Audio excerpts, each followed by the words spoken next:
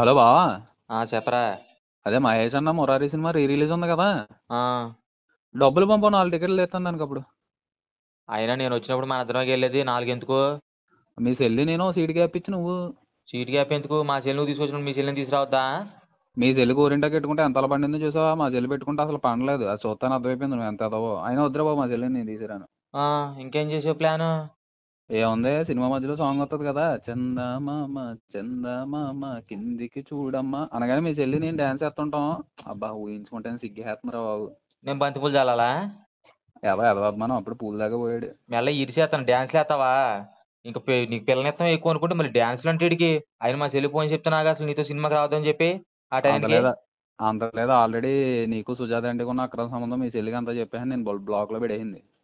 ఇంకేం అక్కడ సంబంధం, మొత్తం నువ్వే దొబ్బేసావు కదా. కానీ నీ మీదే చెప్పాను వెంటనే, చీ మా అన్నయ్య ఇలాంటి అనుకోలేదు ఇంత చెత్త అని చెప్పి బ్లాక్ చేసి పడదొబ్బింది. వెళ్ళక ముందు అప్పుడు ఎడ తీసావా? ఎడదీయడం కాదు, మొత్తం నీ కుటుంబం నుంచి నేను నిలేహేస్తాను రా. మరి ఇవన్నీ కాదు కానీ, ఆ సినిమా వచ్చిన టైంలో ఫోన్ చేస్తాను, డబ్బులు అన్న పంపు లేకపోతే బుక్ చేసి నీకు మెసేజ్ వస్తుంది ఓటిపి చెప్పి నాకు ఉంటాను. నా తొక్కలోడు చెప్తాడు పెట్టాను ఫోన్, నా తొక్కలో గడివా పనికి ఆరోగ్యం మళ్ళీ జాగ్రత్త అని. బా. తొక్కలో గడివి.